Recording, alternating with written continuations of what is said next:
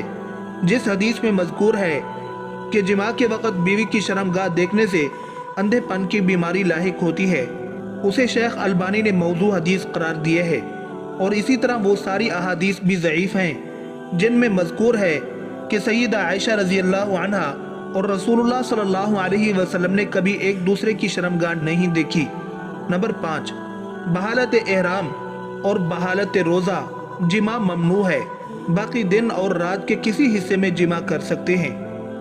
حالت حیض اور حالت نفاس میں صرف جماع کرنا منع ہے، مگر جماع کے علاوہ بیوی سے لذت اندوز ہونا جائز ہے۔ اگر کسی نے حیض کی حالت میں جماع کر لیا تو 1 دینار یا نصف دینار صدقہ کرنا ہوگا، ساتھ ہی اللہ سے سچی توبہ کرے تاکہ آئندہ اللہ کا حکم توڑ کر معصیت کا ارتکاب نہ کرے۔ یہی حکم نفاس کی حالت میں جماع کا ہے، البتہ صحیح قول کی روشنی میں مستحاضہ سے جماع کرنا جائز ہے۔ نمبر 6، دوران حمل بیوی سے جماع کرنا جائز ہے، تاہم شوہر کو اس کنڈیشن میں ہمیشہ بیوی کی نفسیات، صحت اور آرام کا خیال رکھنا چاہیے۔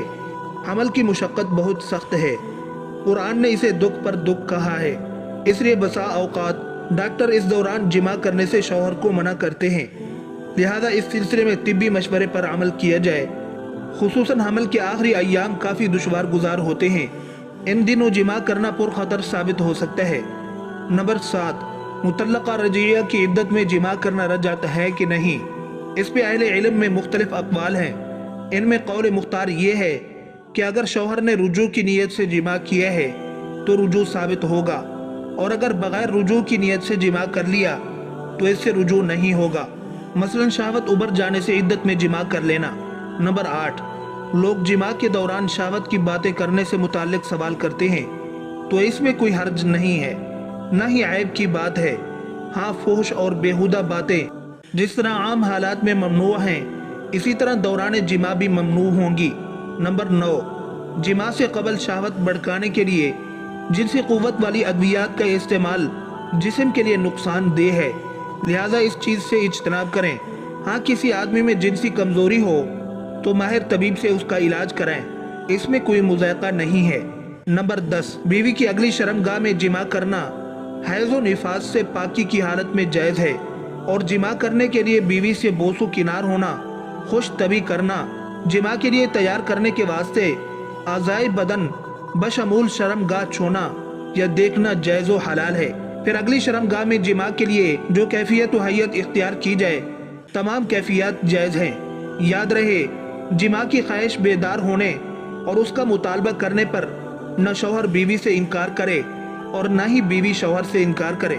نمبر 11، شوہر کے لیے بیوی کی شرمگاہ چھونے اور دیکھنے میں کوئی حرج نہیں ہے، لیکن اسے چومنا بے حیائی ہے۔ اسی طرح بیوی کے لیے مرد کی شرمگاہ چھونے اور دیکھنے میں کوئی حرج نہیں ہے، مگر اسے چومنا اور منہ میں داخل کرنا بے حیائی ہے۔ ان دو باتوں کا ایک جملے میں خلاصہ یہ ہے کہ عورت کی شرمگاہ چومنا اور منہ میں سیکس کرنا سراپا بے حیائی ہے اور اسلام کی پاکیزہ تعلیمات کے خلاف ہے۔ نمبر 12، میاں بیوی کا ایک دوسرے سے غیر فطری طریقے سے منی خارج کروانا بھی متعدد جسمانی نقصانات کے ساتھ بے حیا لوگوں کا راستہ اختیار کرنا ہے۔ مومن ہر کام میں حیا کا پہلو مد نظر رکھتا ہے۔ نمبر 13، نبی صلی اللہ علیہ وسلم کا فرمان ہے کہ جو شخص اپنی بیوی کی دبر میں آتا ہے وہ ملعون ہے، لہذا کوئی مسلمان لعنتی کام کر کے خود کو قہر الہی کا سزاوار نہ بنائے۔ کسی سے ایسا گھناؤنا کام سرزد ہو گیا ہو تو وہ فوراً رب کی طرف التفات کرے اور اللہ سے توبہ کر کے گناہ معاف کرا لے۔ جہاں تک لوگوں کا یہ خیال کرنا کہ بیوی کی پچھلی شرمگاہ میں جماع کرنے سے نکاح باطل ہو جاتا ہے، سو ایسی بات کی کوئی حقیقت نہیں ہے۔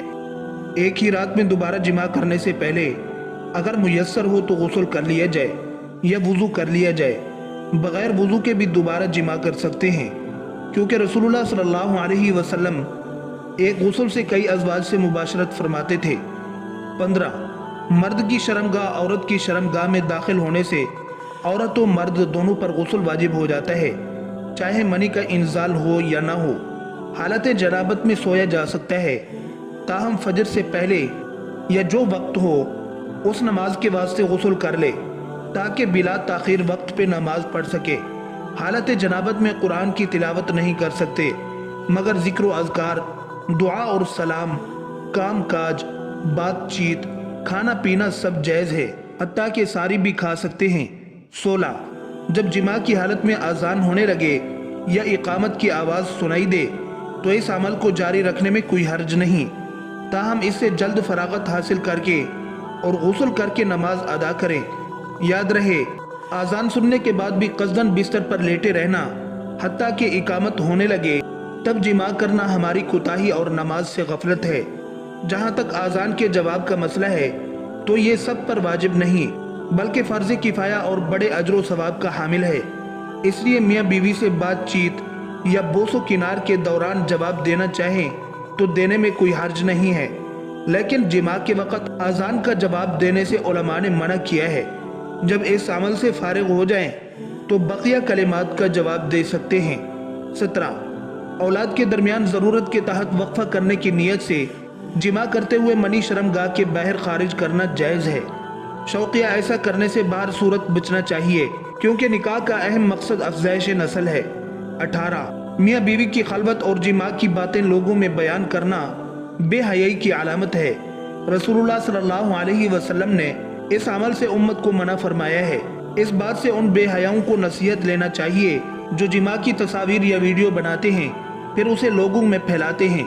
نعوذ باللہ، کتنے ملعون ہیں فوش ویڈیوز بنانے، پھیلانے اور دیکھنے والے۔ نبی صلی اللہ علیہ وسلم کا فرمان ہے، کل امتی معافن الا المجاہرین۔ ترجمہ، میری تمام امت کو معاف کر دیا جائے گا مگر جو اعلانیہ گناہ کرتے ہیں۔ اعلانیہ گناہ کرنے کا مطلب یہ ہے کہ ایک شخص رات کے وقت گناہ کرتا ہے باوجود کہ اللہ تعالیٰ نے اس کے گناہ پر پردہ ڈالا ہوتا ہے، لیکن صبح ہوتے ہی وہ کہنے لگتا ہے، اے فلاں، میں نے رات فلاں فلاں برا کام کیا تھا، رات گزر گئی تھی اور اس کے رب نے اس کا گناہ چھپا رکھا تھا۔ جب صبح ہوئی تو وہ خود پر دیے گئے اللہ کے پردے کھولنے لگا۔